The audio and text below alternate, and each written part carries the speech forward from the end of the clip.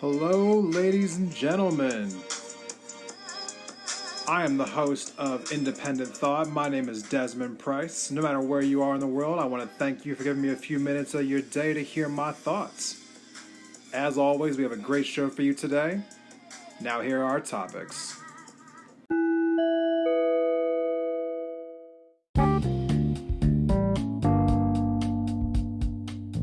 Hello, everyone. This is Desmond Price coming back to you here for another episode of Independent Thought. Now, I have taken a few days since my last episode to bring out some new content. I do apologize about that. I just had some stuff come up in the world, just had to take care of it first. But I am back and planning on making sure to get a couple of these episodes out in a row now, as my original intention was to do this definitely more than once a week, more like 2 or 3 times a week.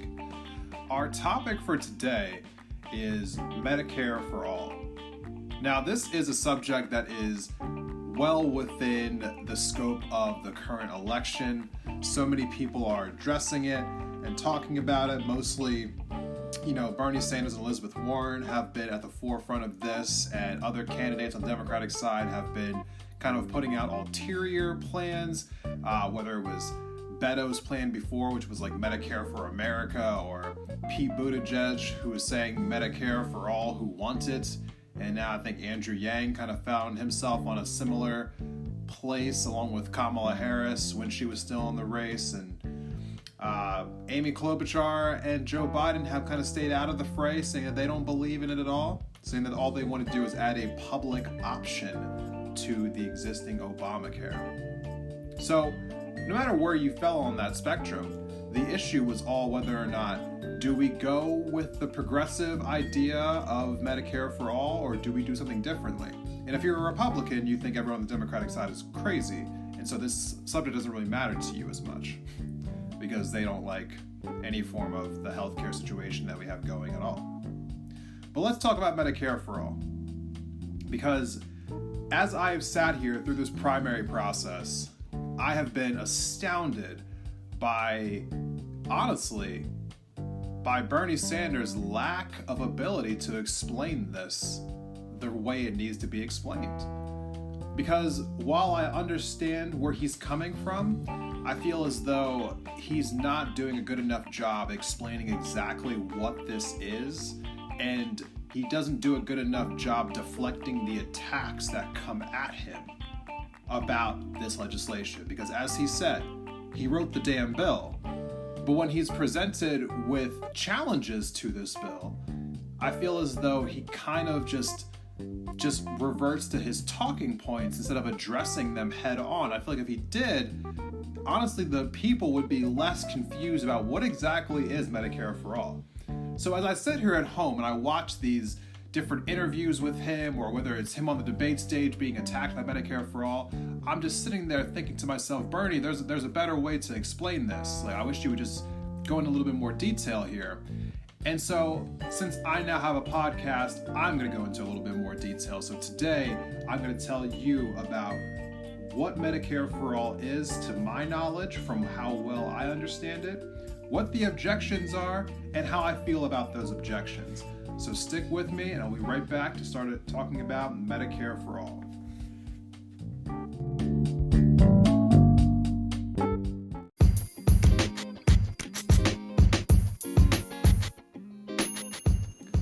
Hey there, Indie Thought listeners.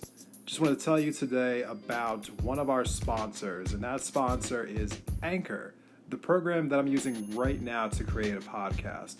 Now, we searched all over for different ways to make podcasts, and we decided on Anchor. There's lots of great things to know about them if you ever want to decide that you want to do a podcast. And why shouldn't you? Get your voice out there, make your voice heard. I'm sure that everyone feels a little intimidated at first when they think about, should I start a podcast? But basically, it's just a conversation that you're having just recorded. Nothing intimidating about it, and Anchor's the best place to start. It's easy, it's free. There are certain tools that allow you to record and edit your podcast right from your phone or your computer or your tablet. I'm on a tablet right now.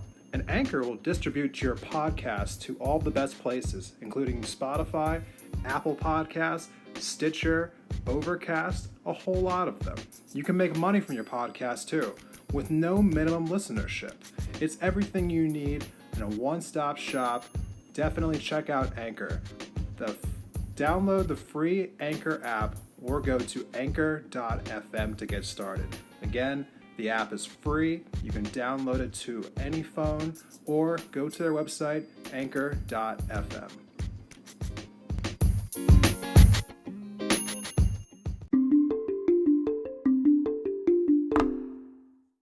All right, everyone, welcome back from our little mini break here.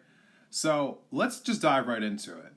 The very first objection that people have to Medicare for All is the one that I hear peddled across so many different sources, whether it's Joe Biden saying it, or if it's a surrogate on CNN saying it, or MSNBC, and I even hear this on Fox. And the attack that gets leveled over and over again is, you're going to throw 180 million people off of their health care. So let's talk about that for a second. Because let's talk about what that is first and foremost. That is just pure fear-mongering. They say that sentence over and over again. You're going to throw 180 people off of healthcare. You're going to throw 180 million people off of healthcare.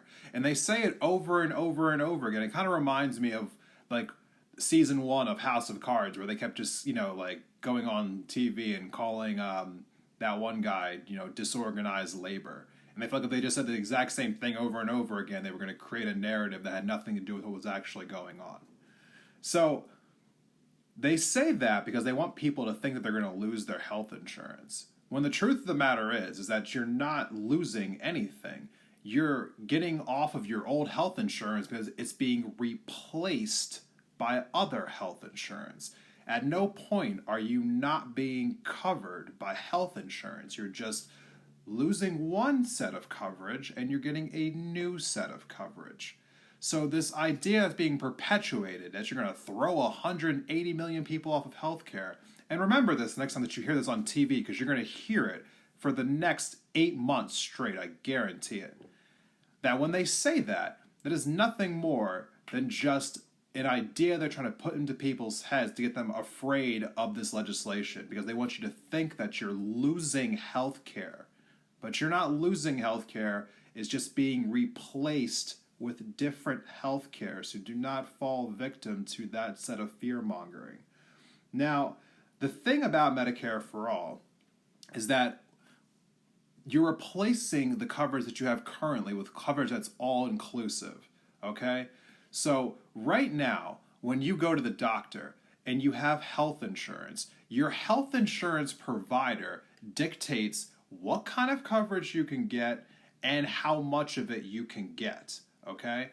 And they also dictate the prices that they're willing to pay. So when you show up and you're getting your care, in the meanwhile, there's usually a nurse assistant or someone in the billing department who's negotiating with that insurance company in real time in order to see what kind of money they can get from this insurance company.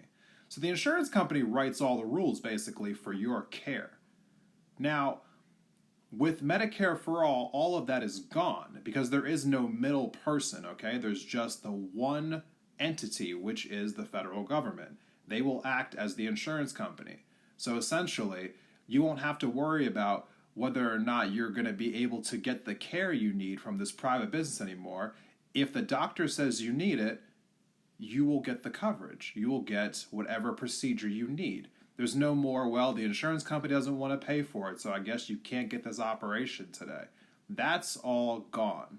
If a doctor says you need the procedure, then you'll get the procedure. The end. That's really all it is. The problem right now is that the health insurance industry is basically trying to maximize profit, which they make plenty of profit, but they try to maximize profit by trying to limit what people can get. And so when people get what quote-unquote better insurance, which allows them to have more things done, they think they're in a really good position, but really they're just dealing with a company that's being a little less greedy than another company. All of that can go out the window with Medicare for All. So when you hear exactly, all these people talking on TV about like, oh, well, unions won't want this because they fought for great health insurance, so on and so forth. It's like people want the best type of insurance. And when you're sitting here telling somebody that they can have any procedure they need to have done as long as a doctor recommends it, why wouldn't you want that type of health insurance? The answer is simple. As Bernie always says, which I wish he would dive into this a little bit more when he does talk about it, is that the health insurance industry and the drug companies make hundreds of billions of dollars in profit. Now, if you had hundreds of billions of dollars and you had some friends in the media and it was totally legal to pay your friends to say things on TV that would make sure that you can continue to make hundreds of billions of dollars, would you not do that? Am I just crazy to think that that's just not an obvious thing that you would do? I know I would do it if I was in that position. So when I hear things like this is honestly nothing more than the extension of these companies trying to spread disinformation out into the world to get people to be scared of Medicare for All because they don't want to lose their billions of dollars in annual profit. And honestly, I understand their fear. They've been making a tremendous amount of money off of this racket for a long time, and they're afraid that somebody legitimately wants to challenge them, and they should be, because people are finally waking up to the idea that we've been gutted for so long for a system that's been taking advantage of the fact that we don't understand exactly what's going on with our healthcare. So let's go on to the next topic, which is that doctors and hospitals won't accept it. Another form of, fear-mongering in my opinion, but they keep saying that doctors won't accept these Medicare costs, hospitals won't accept these Medicare costs, they can't operate on the Medicare prices. So the current system is set up, so as we were talking about before, where the insurance company essentially dictates how much money everything is worth. So doctors and hospitals are used to being paid a certain amount. But as you know, with any market, these things, can fluctuate just depending on where the market standard is set. So essentially, prices can go up and they can go down whenever people essentially feel like it. It's a cause and effect kind of a thing.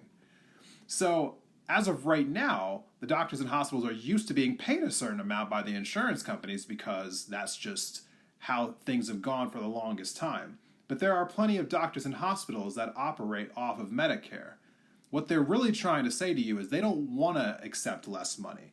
It's not that they can't, they just don't want to accept less money, because it is true. Under Medicare, they would be paid less. Doctors would be paid less money, hospitals would be paid less money.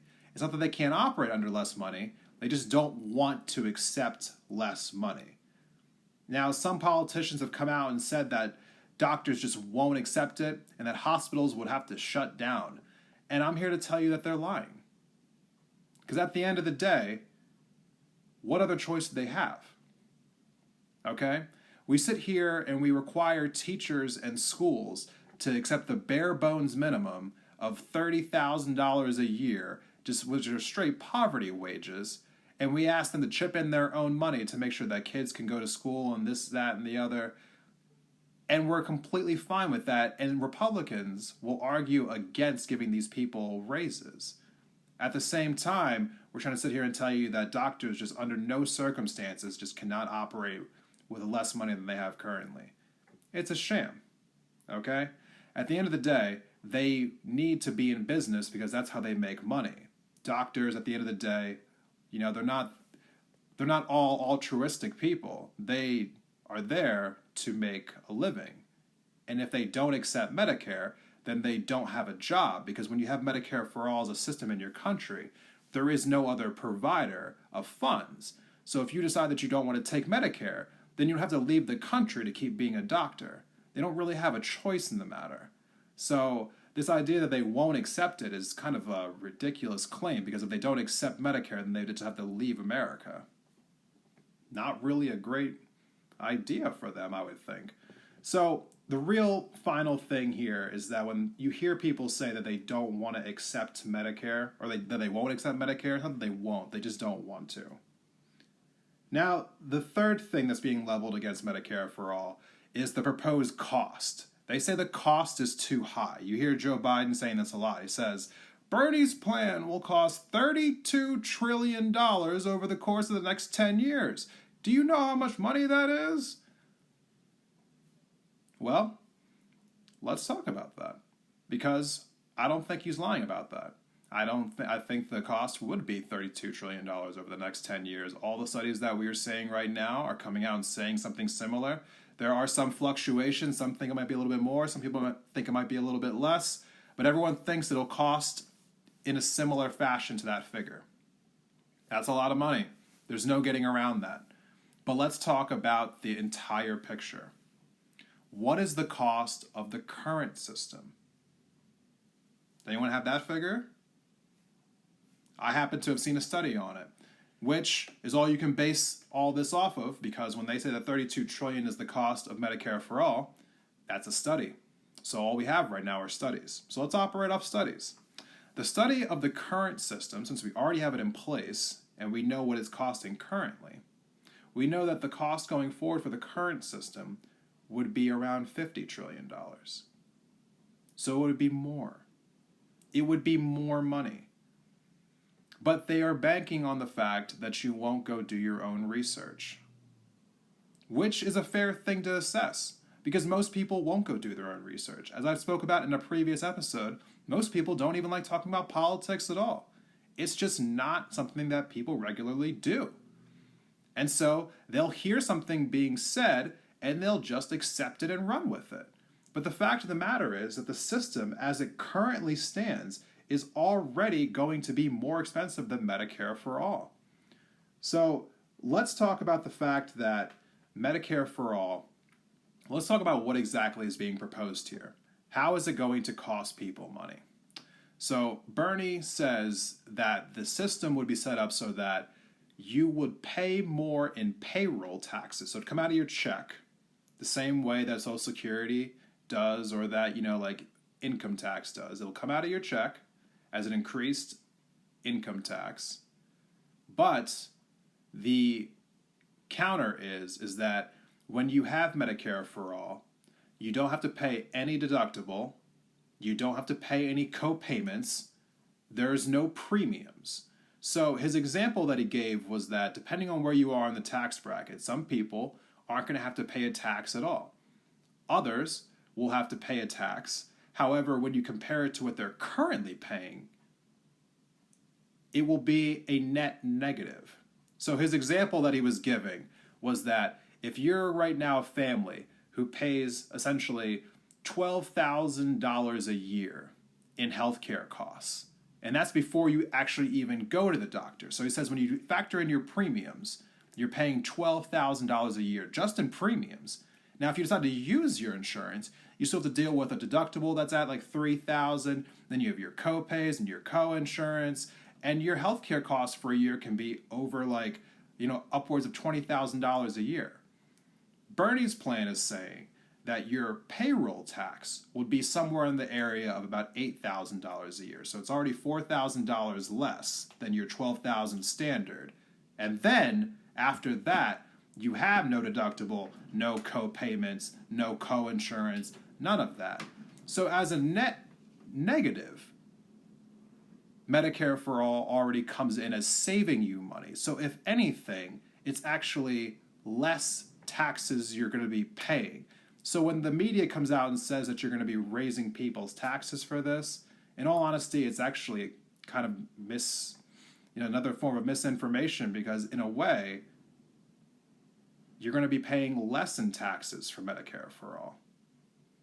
So there are more misconceptions about Medicare for All that I'm going to go into, and as well as my skepticisms about Medicare for All.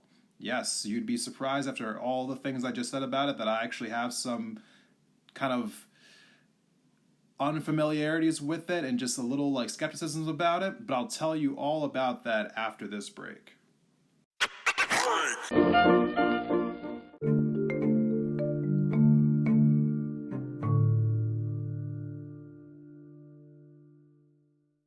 All right, everyone, welcome back from break. Thank you for sticking with me. I'm going to just keep rolling right along here and finishing up this conversation about Medicare for All. The fourth thing that people talk about when they talk about Medicare for All is that people just don't like socialism. So what exactly is socialism, and why does everyone keep talking about how much they hate it? Well, most people are trying to drive on the fears of what everyone was afraid of after World War II. Germany was a socialistic state, and an even higher form of socialism being communism, please Google those differences, was held by the USSR, the Soviet Union. And so there's always just been a idea floating around this country from decades ago that socialism is just this terrible thing that just can never be a part of this country. Capitalism is the way to go. We cannot have any remnants of socialism in our government ever. However, we already have socialism in so many forms of our government, okay? The police is an element of socialism. The public school system is an element of socialism. The snow plows are an element of socialism. The fact that you have roads is an element of socialism. Mailmen are an element of socialism. And everyone's favorite, the military, is an element of socialism. To sit here and say that socialism doesn't belong in our government is just an asinine way of saying that you don't like this particular idea. Because we already have socialism in our government. Our country is a conglomerate of socialistic and capitalistic entities. And adding socialized medicine into our country is not going to change that. It's not. Okay? Whether we have socialized medicine or not, we are still a mixture of socialist and capitalist ideas. We have been for a long time. We will continue to be after this debate's over, one way or the other. That's not going to change. So this idea that we just cannot have more socialism is just, what is it? Another form of fear-mongering. Yes, more fear tactics to get you afraid of something that's going to cost a lot of people a lot of money. Okay? So let's get off the socialism idea for right now. Because what people, really need to understand is when you're being taxed for something, which everyone does not like taxes. We can just get past that, okay? We all know that taxes are not something that people really like. The question is, are they useful? I think most sensible people just want to know that. If you're going to go ahead and tax me, is it worth it to me? Am I actually getting something of value, okay? Because when we see so much money being taken out of our checks and we're asking ourselves, where is this money going? We just want to know that it's being put to a good use. And if you're asking me right now, would I be okay with having some money being taken out of my check so that I'll pay less money overall in healthcare costs? The answer for me is yes. It really is. So the next thing that people level across this is people don't like change. And once again, I feel like this ties into the very last thing that I was just talking about. They say that people don't want to change. They like the healthcare that they have. They don't want to change to something new. No one likes useless change, okay? No one likes to go to a place and everything's different because they liked the way that things were before, because the way things were before were useful to them. But the question is, if I have to change for something else, and what I'm getting is going to be an overall net benefit to my life, then I'm okay with that change. It might be a little uncomfortable for a minute, but if you're telling me a year from now things are going to be better than they are currently, then who wouldn't want that? We are a society predicated on improvement, and we have a system here that is essentially promising improvement, and we're rejecting it because we don't want to take the time to improve? Sounds like another BS talking point to me. So let's not spend too much time on it, because the next question really just comes down to this. What is Medicare for All, and why should you care?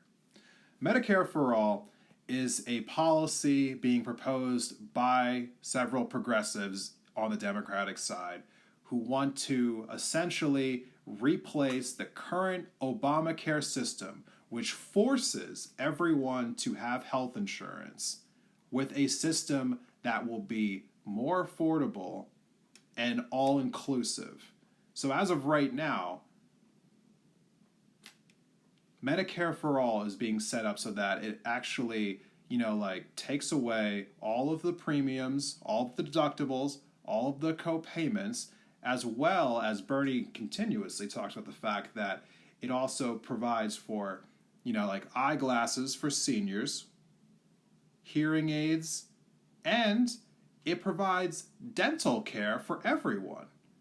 Now, I could make a whole separate episode about this, to be honest with you, because I feel like the dental insurance industry is an absolute joke.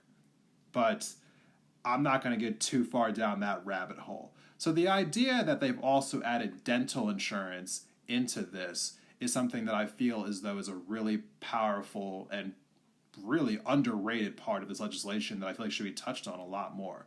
I spoke with a dentist recently who lives where I live at in Montana, and he believes the dental insurance industry is a joke. And if someone were to take the time to fix it, it would actually be better for his business. Because as of right now, he feels like he can't get enough clientele into his office because of how the system currently is set up. And that comes from a business owner, a dentist himself. However, like I said, won't get too far down that rabbit hole. Why should you care about Medicare for All? As of right now, with the system being set up the current way that it is essentially a tax. The government is forcing people to have health insurance, and if you don't have health insurance, you have to pay a penalty. Okay? So at the end of the day, that is a roundabout way of being taxed. It's tax. You have to pay it. There's no way of avoiding it.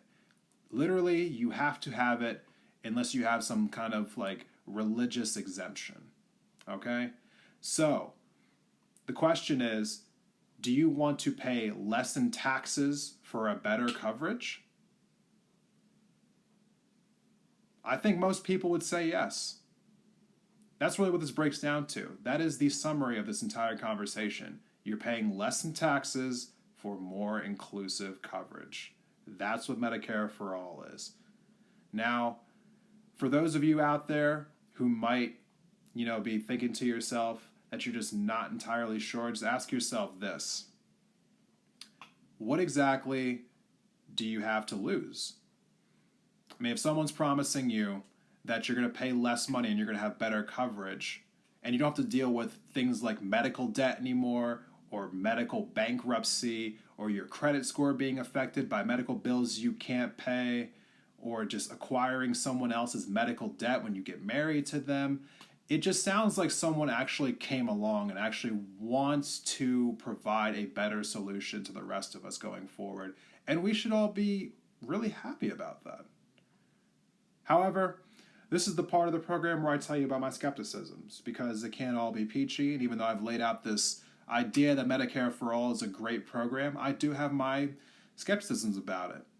And I don't know if they're right or if they're wrong, but I tell you that I am not 100% thinking that this plan is foolproof, because nothing in life really ever is. So let me tell you what I feel as though are some drawbacks to Medicare for All. As of right now, the reason why I've been so upset listening to this debate online or on TV is not because I feel like Medicare for All is this perfect plan, but I just feel like people are attacking it in disgusting ways, which is why I felt the need to come out and talk about this today. Medicare for All, I feel like, is not some plan that's going to throw people off their health insurance, or that is deceptive in any way about what it's going to pay for, what it's not going to pay for, or that it's going to put hospitals out of business and so on and so forth. I don't think any of that's true. However, I do feel as though Medicare for All is a giant system. And the question really becomes is the government going to be able to handle this? Now, proponents of Medicare for All will tell you that, this idea of socialized medicine is done in other countries. It's done in the UK, it's done in several nations over in Europe, it's done in some nations in Asia, and that Bernie himself will say that, like most of the developed nations in the world have some form of socialized medicine. And that's true. The question is, do we trust the American government to handle a system of this size? I don't know that I do. I mean, when's the last time you've been to a place like the DMV? Do you really feel like you're being taken care of that well there? Are we constantly not hearing about problems with the VA? And about all of the backlog going on there and veterans not being able to get the care they need and not being able to get it adequately or quickly enough? It's not so much that I don't feel like Medicare for All isn't a good idea, but I feel as though when you're putting it in the hands of the American government, we're not always the best about dealing with programs that are supposed to benefit people. Programs like welfare and SNAP and so on and so forth of that nature, they're all kind of a mess in America. And one can make the argument that they're not getting the funding that they need or the care that they need, and that may be true. It doesn't change the fact that they're not a mess right now. And with something as important as healthcare, and something as broad as healthcare, and the fact that we have like 325 million people in America, I do not know if Medicare for All can handle that. I don't know if the American government can handle that giant of a workload. It's not that it can't work in theory. I think in theory, this is a really great proposal. The question is, can it be executed? I just don't know. I'm a little suspicious, not because of the idea, but because of who would actually be implementing it. Would the federal government really be able to implement a plan on this level and be able to coordinate it with all of the hospitals and clinics around the country? Will everyone get the care that they need? Are people going to be having to ration care? How are they going to decide what kind of care you deserve and how much care you can get and how much care is too much? How do you deal with hypochondriacs? There's a lot of questions to be answered. There's a lot of things that we don't know yet. I'm not saying that this can't work. I'm the kind of person who I'm willing to try it out. I know that that sounds strange to something of this importance. You shouldn't be treating it like, like a dish on a menu. But I feel as though this is the kind of thing that while I have my skepticisms about it, about its implementation, I think that if it can work, I think it is worth the risk of trying to make it work because the pros definitely outweigh the cons here. So my personal opinion, if Medicare for All can be done correctly, I think it will be a vast improvement in our nation, and I'm willing to try it out. And I hope that after you've heard this today, that you're willing to do your own research and figure out exactly how you feel about it. Because this conversation is one that's not going to end after this primary is over or after this general election is over. Because if for some reason that Bernie gets into the White House, this will be a conversation that goes on for years. And if he doesn't get into the White House, this will still be a conversation that goes on for years. Because if Bernie doesn't make it into the White House, you know that AOC and people of her kind are going to pick up the torch and carry it forward into the future. So this conversation isn't going anywhere. It's best just to understand where it is right now and make up your own mind. So one thing is for sure. Definitely don't take everything that I said here today as absolute fact. Go research it for yourself and definitely look at more than one source because there's a lot of disinformation out there. The medical insurance industry makes hundreds of billions of dollars in profits and they have plenty of friends in the media. So do not think for a second that you won't run into biased ads and biased articles because you will. So definitely do your research and just try to understand what it is you're reading and do your best to make up your own mind because this is a conversation that we all need to be educated on.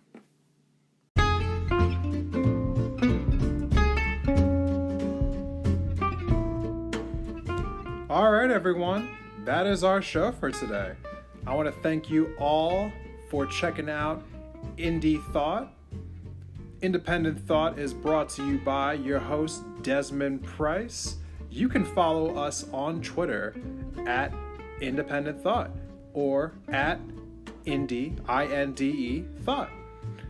So, again, thank you all for coming and hanging out with me. For those of you who found me on iTunes or on Spotify, please go ahead and subscribe to us. Give us a 5-star rating. If you give us a 4-star rating, I'm inclined to think you're a hater. So don't hate. Thank you so much, and I hope to see you all next time.